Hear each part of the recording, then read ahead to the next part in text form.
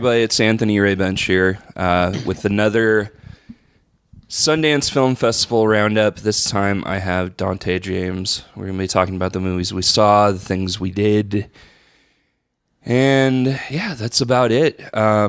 So Dante, you saw a couple of movies that were super duper interesting to me. Why don't you start with Mope? Yeah, so, and by the way, forgive my voice right now. We're all dead. Yeah, the Utah weather has finally caught up with me. I'm an LA boy, so yeah, all the snow and fresh air is killing me. But anyway. I'm allergic to this mountain air. Like, as soon as we rolled into town, I started sneezing hardcore, and usually I'm not a sneezer. But I feel fine. Like, I'm not sick. Like, you know, I don't have a sore throat, but just I'm allergic to the fresh air and the pine. Yeah, I mean, unless you're from here, I mean, it's a beautiful place, but it's just it's hell on your lungs. I need to inhale some smog, like now. just put your mouth on the back of a car exhaust and just inhale, take a big hit, take a giant hit. Yeah. But anyway, we digress. Back to why we're here. So yeah, I saw some great films. I'm going to start actually with the Wu-Tang movie, just because. Well, thanks for ruining my flow. But go ahead, Dante. I mean, I had a plan, but it's cool. Go ahead. No, you know what? I can start with Dante, Mope. take the wheel. No, I can start with Mope. No, take Wu-Tang. It's all good. But yeah, no, for anyone who knows me, I'm a big Wu-Tang Clan fan, and when I found out that they were actually premiering their documentary of Mics and Men, I immediately jumped on that ticket. And for those of you who don't know, the Wu-Tang Clan is basically a very legendary rap group of the 1990s. Most people know some of their hit songs like Protect Your Neck and Cream, Cash Rules Everything Around Me. But yeah, this is a documentary about just where the group came from, because I think a lot of people know the name Wu-Tang Clan, but they don't know who they really are. You know, I'm certainly in that boat. I mean, like, I know them more from what they did outside of the Wu-Tang Clan, like with RZA's like soundtrack work and stuff like that. Obviously, Old Dirty Bastard's kind of an icon. Exactly, and what makes this group so unorthodox, if you will, is the fact that unlike a lot of rap groups, even rock groups, this group has a lot of members in their crew. I mean, we're talking at least a solid 9 that all get mic time. Yeah. So this is what made the Wu-Tang Clan so special. And it's kind of what separated them from every other rap group in the 90s.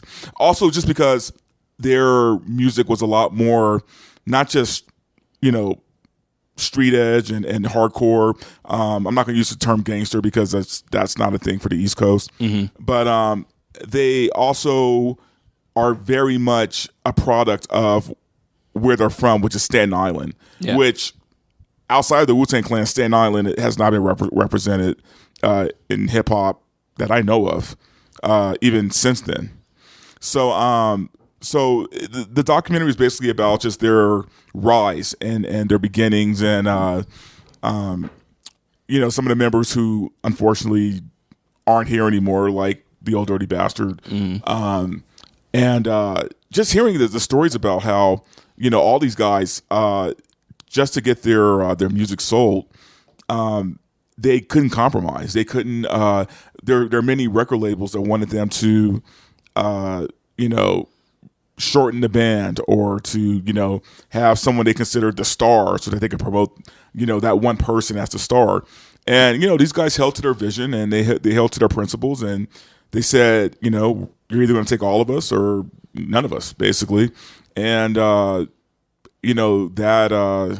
dedication to each other, again, it's another thing that just separates them from other rap groups, is that they consider themselves more of a brotherhood than a rap group. And it was just really cool hearing all this stuff. And after the movie, we got to listen to a Q&A with the man who put the project together, which is Sasha Jenkins.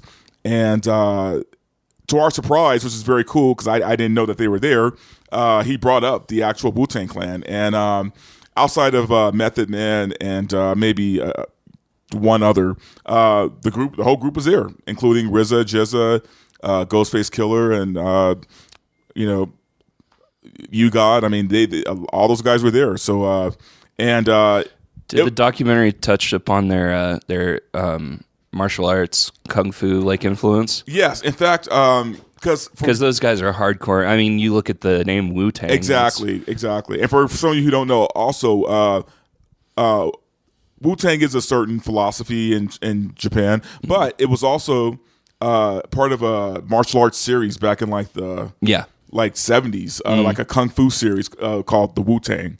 And so these guys who were giant fans of those movies and that art form took on the name Wu-Tang.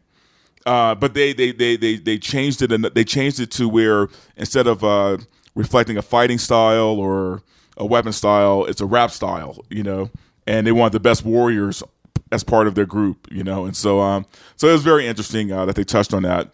The other thing that was kind of interesting about the documentary is the fact that it is a two-parter. So I didn't know that going in. So basically, it's a 4-part series. We got to watch part 1 and 2, and parts 3 and 4, I believe, are going to be released around May sometime. Well, how long was this portion of it? This portion of it was 2 hours. Okay. Because it was part 1 and 2. Right. And each one is an hour long. Okay, cool. I definitely wanted to check it out. Last year at the Mammoth Film Festival, they had the Bone Thugs and Harmony which I also want to see. I never got a chance to see it. Which I was interested in as well. But yeah, I mean, that sounds great. And that's really cool that they showed up. Yeah, and no one was expecting them to. Yeah. I honestly thought that we were just going to hear from the director and maybe the crew that put it together. But yeah, when they said that they were all there, everyone just sprang from their seats. Yeah, and it just went nuts. Dude, Sundance is full of surprises. Which I love. Yeah.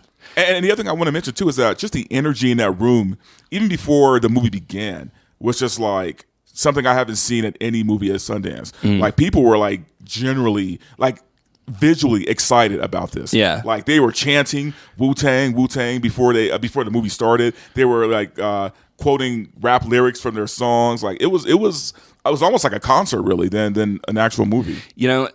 So I'm not going to talk about this movie too much on this episode. It's going to be on another episode. But I saw the Soraya Jade Beavis episode. Beavis episode. I'm thinking Beavis about it. The Soraya Jade Beavis biopic, which for those who don't know Soraya Jade, she's more commonly known in the WWE as Superstar Paige. Yeah. And I was sitting in line waiting for this, and people were jazzed. People were so excited. The Rock was supposed to be there because he was a producer. Everybody was looking. Everybody was on Dwayne Johnson watch, heads turning 360 degrees looking for that guy. But the crowd was electrifying, and I took a picture of it because we've been told to take as much pictures and put all the hashtags on it and stuff like that. So I took a picture of it, and it was the most boring looking picture. It did not capture the energy at all. So I put it on Instagram, and I was just the electrifying crowd. And there's somebody just looking down their phone. Yeah. And I'm you got to be there, man. It really was. So if you're following me on Instagram, I promise it was a lot more exciting than that picture made it out to be. And honestly, I just want to say, when people think of Sundance normally, I think the image is a very snooty art house crowd. Yeah, who likes to smell their own farts. Yeah. That reminds me of one of my favorite South Park jokes. This is on season 2, so it goes way back. But it's about the Sundance gets overran, so Robert Redford starts a film festival in South Park, and Cartman makes this great, hilarious joke that isn't true, but kind of is. Where he was just independent films, all independent films are a bunch of gay cowboys sitting around a campfire eating chocolate pudding. So I call them the chocolate pudding films, where you go and it's just pretension and just boringness. Yeah, and don't get me wrong, those movies exist. They're here. And that crowd does exist. Yes. But I think, what we're trying to say is there is another crowd here, and it's a crowd who just generally loves movies. They're excited about it. Yeah. They just want to see something fun. They're not trying to, I don't know. I just feel like I get the stereotype, but having been here now, and this is also my first time, by the way, having been here and seen what I've seen, that image for me has completely disappeared. Yeah. Well, like I said, Sundance is a mixture of everything. Yeah, it really is. It really is. So I saw this movie called Blinded by the Light, and it's by the filmmaker, the director of Bend It Like Beckham, Gore Chatter, and I'm sure I'm mispronouncing that, but I gave it my best. So Blinded by the Light is about this teenage Muslim whose family is from Pakistan, and his father is super overbearing and basically a traditionalist. You're going to go and study to become a doctor. You're going to have, a discipline that isn't in the arts, and he wants to be a writer. And his best friend is like a teenager who's really into synth wave and new wave, and just has the Flock of Seagulls haircut. It takes place in the 80s, by the way. I forget to mention that. Well, the Flock of Seagulls kind of gave it away. Oh yeah.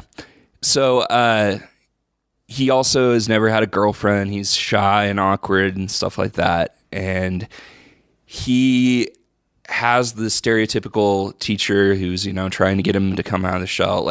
My issue with this movie, there's a lot of stereotypes, and I'll go into that. But we have Haley Atwell, who I love. She plays the teacher who's inspiring him and trying to help. But so he discovers the music of Bruce Springsteen. Personally, I'm not a big fan of Bruce Springsteen. I don't hate him, but it's just not my genre of music. I completely agree with that. Yeah, I respect who he is. I respect, that people love him. Yeah. It's just not my thing. Yeah, for sure. But this movie features, I believe the director said 17 Bruce Springsteen songs, and none of them are offensive. None of them are like, oh my gosh, skip to the next track. But it does something really cool with the visuals. The main character, his name's Javed. He'll be listening to Bruce Springsteen. You'll see the lyrics kind of swirl around him. Okay. In text form, and it kind of reminded me of Edgar Wright's Scott Pilgrim a little bit. Okay, yeah. Which I love. That's one of my favorite movies. But a thing that kind of irritated me about this movie is at a certain point, almost, I would say 60% of the dialogue is just Javed and his friend Roops, reciting Bruce Springsteen lyrics. That's what the dialogue becomes. It's just he picks a line of lyrics that pertains to the situation he's in. But as far as the cliches go, this is Bend It Like Beckham, exactly like Bend 'Em Like Beckham, except for instead of the lead character being a female, it's a male. Instead of the main character being Sikh, it's Muslim. Sure. Instead of the focus of the main character's obsession being soccer and, Beckham, it's Bruce Springsteen. They're so similar, it was irritating. It was do something different, tell a different story. And you have... would you say that it was inspired by, or was it just a straight ripoff? Well, it's done by the same filmmaker. Okay, so it's just lazy. Yeah, well, kind of a little bit. Apparently, it was based on this journalist's life who wrote a book. I can't remember his name, but essentially, he lived in a traditionalist house. Him and his father never saw eye to eye. He became a big Bruce Springsteen fan. I think he saw 150 Bruce Springsteen concerts or something insane like that. So it's based on his story, but if that's his story, it was perfect for a movie because there was a lot of movie cliches in it. Stop me if you've heard this one. There's this prized possession, I don't know, say a concert ticket, and the main character is so excited to have it, and then the father rips it up in an act of like, you are not going to defy me, rip. We've seen that a million times. God, unfortunately, yeah. That's like the Cinderella thing, like, oh, look at this nice, pretty dress that me and the mice made. I can't wait to go to the ball. Right. And then the wicked stepmother comes in and rips it to shreds, like. Yeah, I mean, it's an unfortunate, often used plot device that right. should kind of die out. But nope, it's still something that filmmakers go to. But away from that, the cast is fantastic. The acting is amazing. The lead actor, this is his first film, and he's brilliant. He's so good. The father, the actor who played the father, is funny. He's vulnerable. He's obsessed. He's, he runs the gamut. Like, obviously you can see that he cares for his son. He wants a good life for his son, but he doesn't see that good life happening if his son's going to be a writer. Right. And but again, going back to the plot devices, man, I got to be honest, man. Like, and I know it still happens. I know it does, but in real life. But I'm so tired of the, foreign or Asian, parents who want their kid to become a doctor or engineer no matter what. Yeah. And it stops them from pursuing their dream of, whatever it be, dancing, singing, fucking, meth making. I don't care. I want to make that forget movie. My language. But I'm just saying, like, I just feel like it's like, what I'm curious about? I wonder if even like people from India, people from China or wherever, I wonder if they're tired of these stereotypes or these archetypes, I should say. Yeah. And film. Like we've seen this story so many times. Right. Yeah. Just based on that. Yeah. I mean, it's a well-made film.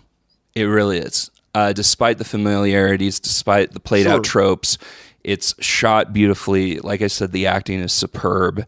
I would probably say it has the best acting out of any of the movies that I saw at Sundance Film Festival.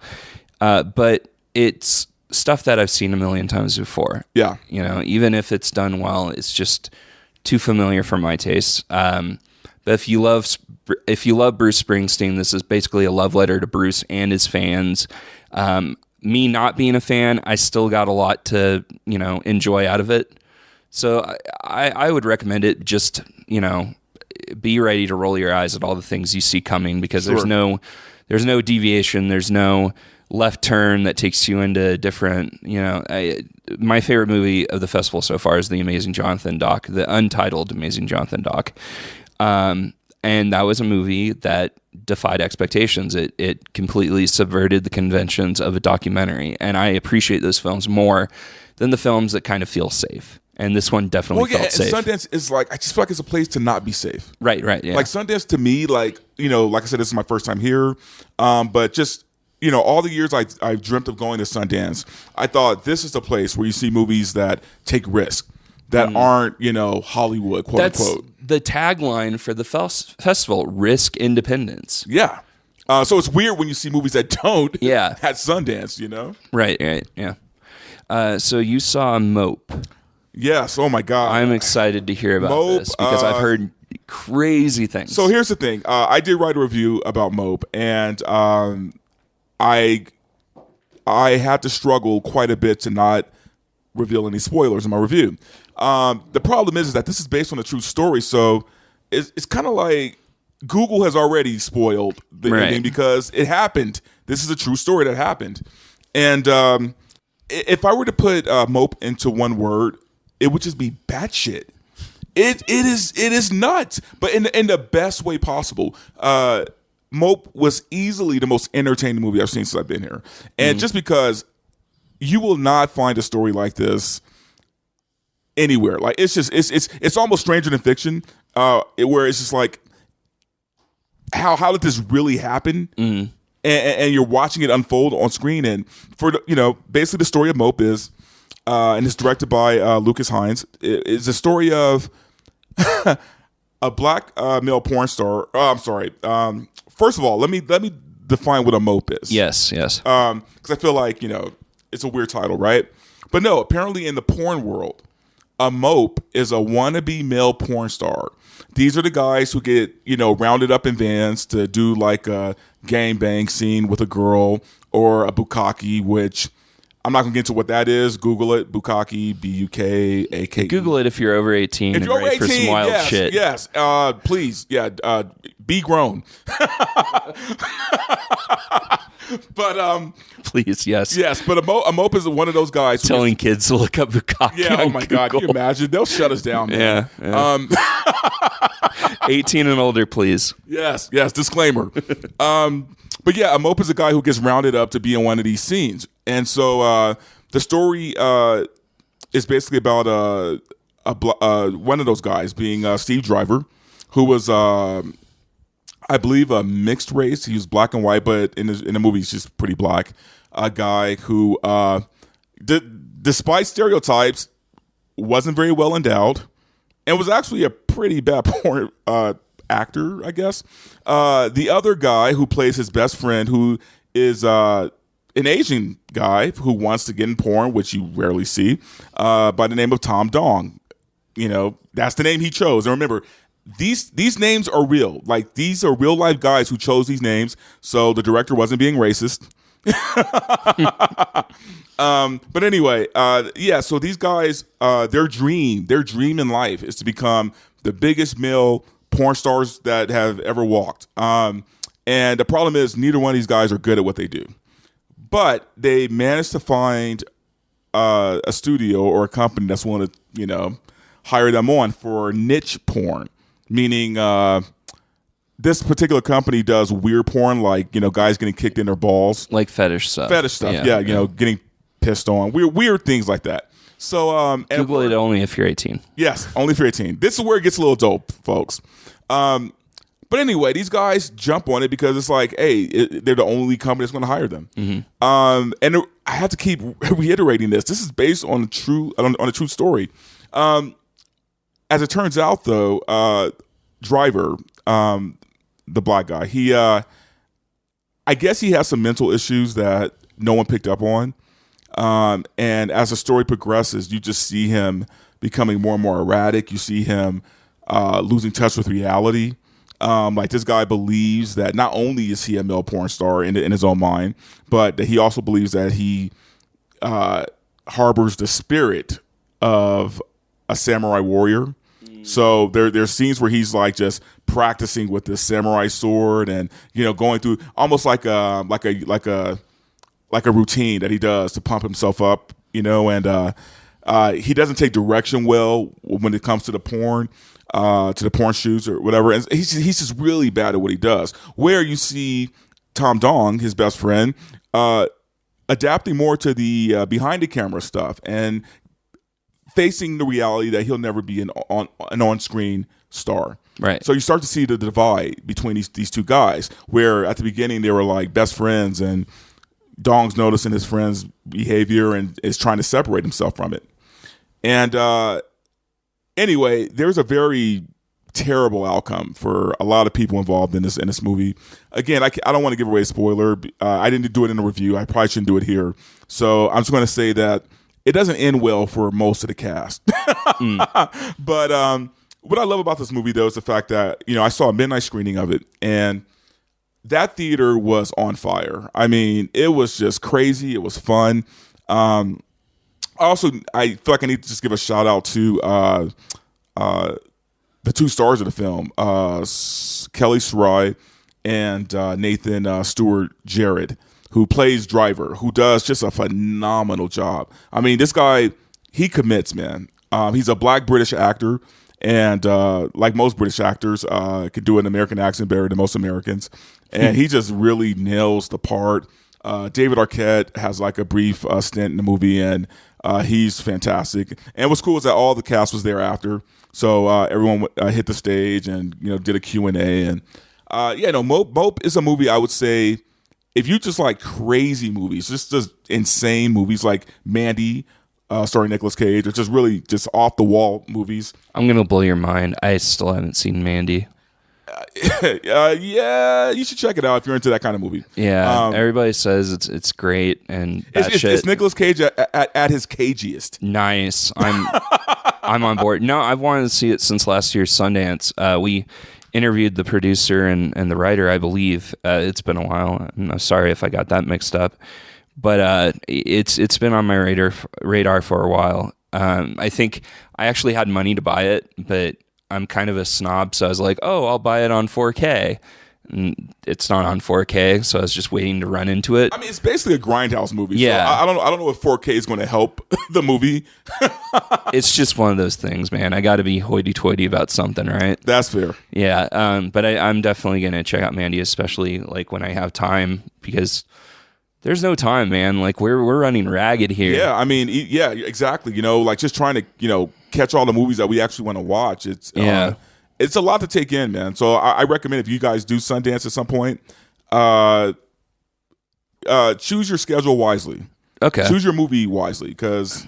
So that was some good advice. Do you have like one like defining piece of advice that you can give to somebody who's going to go on their first Sundance experience now that you are a veteran of this? I'm going to give several. The most important being, dress accordingly. It is freezing up here. Like, guys, like, especially if you're from like I am from LA, like we are. Yeah. We're from Southern Cal. But, even if you're from like a place that does have snow, it's still cold here. It's freezing. So don't try to be cute.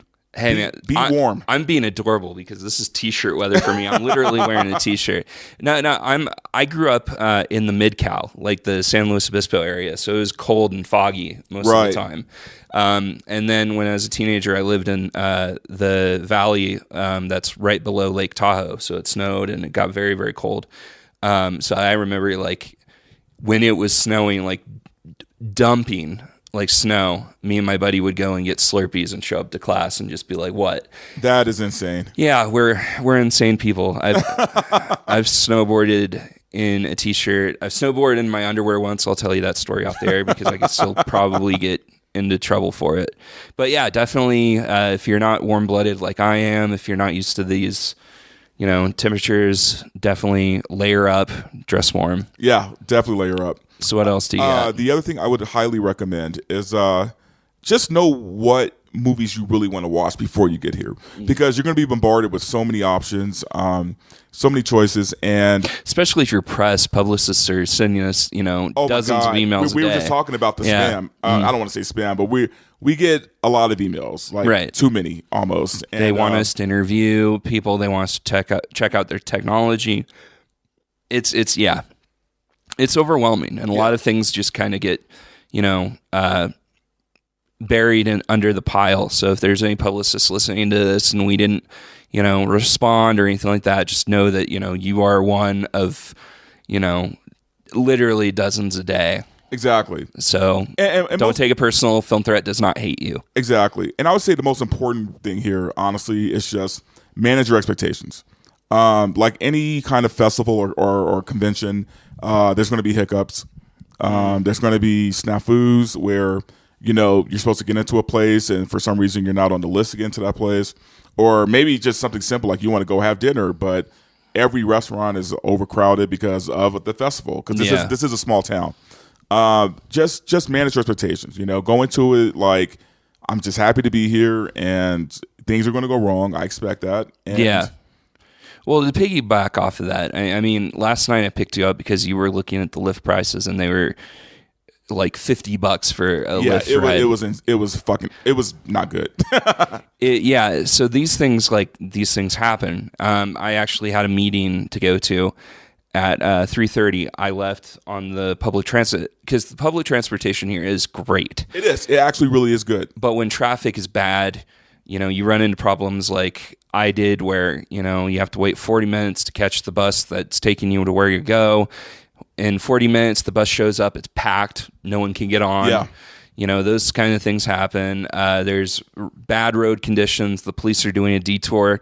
This year, more than last year, there has been a police presence, mostly because I think that's just the day and age we live in. I know that they really upped security with the Michael Jackson doc premiering, but I've seen more cops here than I did all of last year combined. in a day. Like I've seen more cops in a day, more than all of them combined.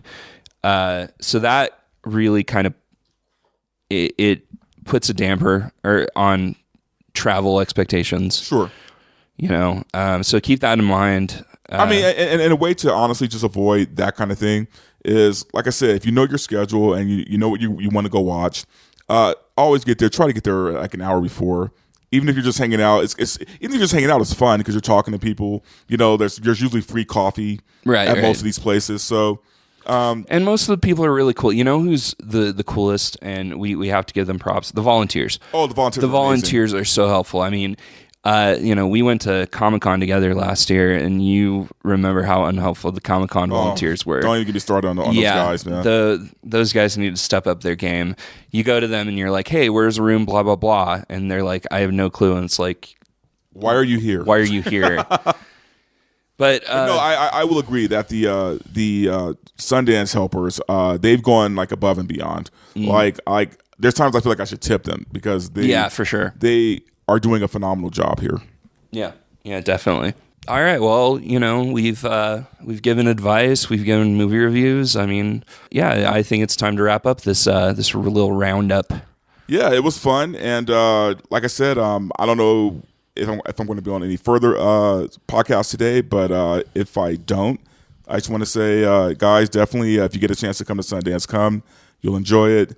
It's an experience that you won't forget. And it's something to write about later. Well, we're going to do a wrap-up episode, and I'm sure we can get you on. But, so check out Film Threat on all social media outlets. We have a Twitter at Film Threat. We have Instagram. We have a Patreon. If you want to support the podcast, go to patreon.com/filmthreat.